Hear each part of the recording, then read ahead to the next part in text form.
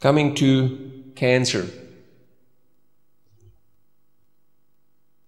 55,000 pharmaceutical researchers, as we sit to here, as we meet tonight here, are working on cancer, looking for a cure for cancer.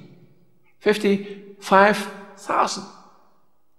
32 Nobel laureates on cancer research. Millions of dollars or pounds or euros being spent. Every second week, we see it in the newspapers, there is a breakthrough in cancer. Well, it comes and goes. Fact is, the rate for cancer is still increasing in most countries of the world. Which is the best sign for what? That all these guys here are looking for something else. What do I mean with that? Chemotherapy. You are the patient who has just been diagnosed with cancer. Your doctor says, well, don't worry, we have chemotherapy. You will ask, doctor, what does chemotherapy do in my body? He will say, it kills the cancer cells. What he won't tell you is what? It kills all the cells. How in the world could it be different? If you pump a toxic chemical substances in the veins, the blood carries this toxic substance everywhere. It's an illusion to think in another way about that.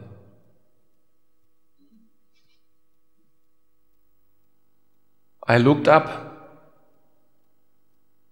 the most common chemotherapeutic agents currently injected into cancer patients around the world. About half of them are registered in the US government's register for cancerogenic substances. I think I should repeat this sentence. You are coming to a doctor, he tells you, I have a therapy for you for your cancer. But in 50% of the cases, the substance he injects in your veins is a registered chemical that is known to cause cancer. And now we're beginning to understand the pharmaceutical investment business. It sees the human body as a marketplace. You're diagnosed with cancer? Great. Let's see how far we can profit from the fate. We inject chemotherapy, patented, tens of thousands of pounds per year for one patient. But that's not enough for us. Because these are toxic chemicals and they damage the human body, we are creating other markets. The toxic substances, they destroy the intestinal cell, the lining in the bowel. That's why cancer patients start to bleed. No problem. We have the possibility to sell you anything you want for bleeding. Cancer chemotherapy destroys the collagen, the connective tissue. resulting in swelling of the joints and pain. No problem. We have cortisol.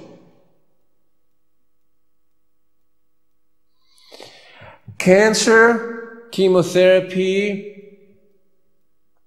attacks the nerve cells,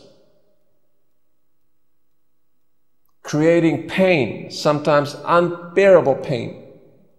No problem. We have painkillers.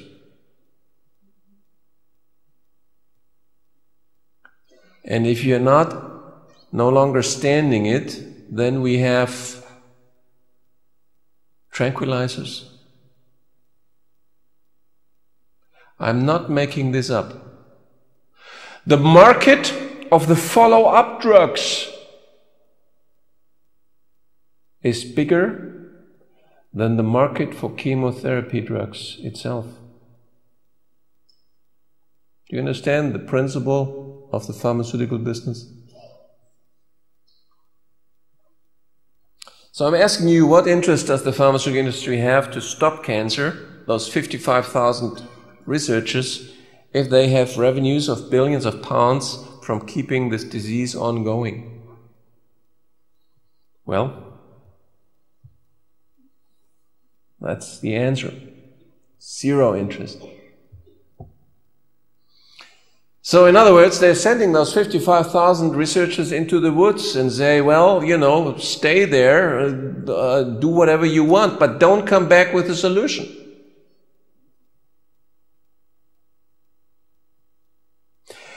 If it were different, it would not be possible that a small research group like us could challenge the BMJ and the entire medical establishment in this field and win in the courts.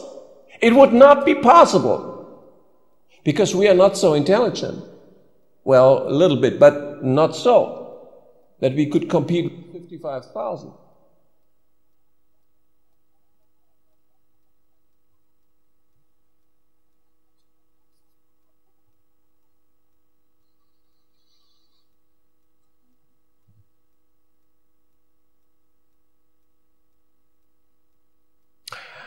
Over 150,000 men and women die of cancer in the UK every year. This corresponds to the population of whole towns and cities such as Oxford, Dundee, Swindon, Huddersfield, Blackpool. This means that in Britain alone, more than 1.5 million people have been sacrificed to the pharmaceutical business with the cancer epidemic. Even so, cancer is no longer a death verdict. This is our first patient. Well, I should say this is the first patient who took advantage of our breakthrough back 8 years now. Mr. Pilniak, 70-year-old lung cancer patient. This is his lung. Here you see a spot that is being magnified down here. This white spot here is the cancer in his lung. 7 months later, after taking combination of vitamin C, lysine, I think at that time, two components mainly, he goes back.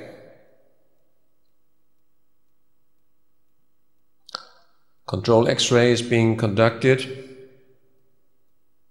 The doctor comes and says, Mr. Pilniak, you have to come back next Monday. Our X-ray machine is kaput.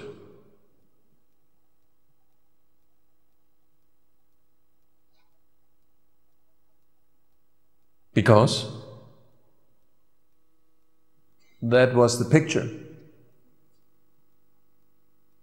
So he came back next Monday, and it was still kaput.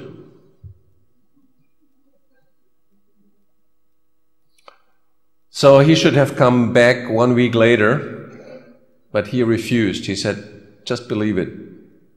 It's gone. He's still alive and he works with us and gives speeches himself.